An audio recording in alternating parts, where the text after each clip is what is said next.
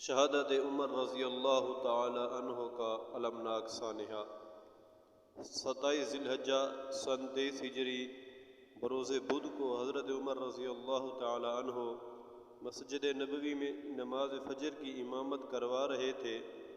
نماز کے دوران ابو لولو فیروز نامی مجوسی غلام نے زہر آلود خنجر سے آپ کے جسم مبارک پر 3-4 وار کیے۔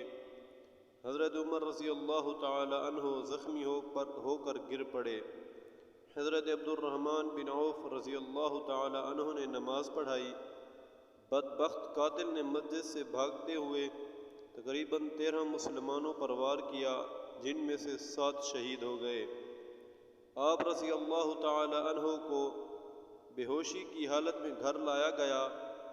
ہوش آنے پر جب آپ کو بتایا گیا کہ حملہ آور ماجوسی تھا تو آپ نے اس بات پر اللہ کا شکر ادا کیا کہ حملہ آور مسلمان نہ تھا۔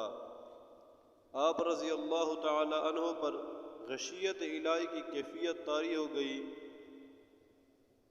آپ نے اپنے بیٹے عبداللہ کو حکم دیا کہ میرا سر اپنی گود سے ہٹا کر زمین پر رکھ دو تاکہ اللہ تعالیٰ مجھ سے رحم و کرم والا معاملہ فرمائیں۔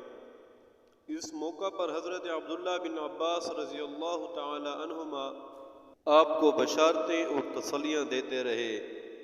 3 دن کرب میں گزارنے کے بعد آپ رضی اللہ تعالی عنہ زخمیوں کی تاب نہ لاتے ہوئے یکم محرم الحرام سن 24 ہجری کو جام شہادت نوش فرمایا۔ اللہ تعالی آپ رضی اللہ تعالی عنہ کی قبر پر کروڑہ رحمتہ نازل فرمائے، آمین۔